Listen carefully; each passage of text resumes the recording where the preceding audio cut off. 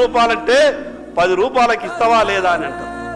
ఇక్కడనేమో 200 రూపాయల టిఫిన్ చేస్తే 200 రూపాయల టిఫిన్ కు బిల్లు కట్టి 200 రూపాయలు టిప్పియడానికి మనసొప్పుతుంది. కానీ అక్కడ 15 రూపాయల కిలో టమాటాలు అమ్మితే 10కి ఇస్తే తీసుకుంటా లేకుంటే లేదనే విధంగా ఆ రకమైనటువంటి అవమానాలు రైతు భరిస్తున్నాడు అధ్యక్ష.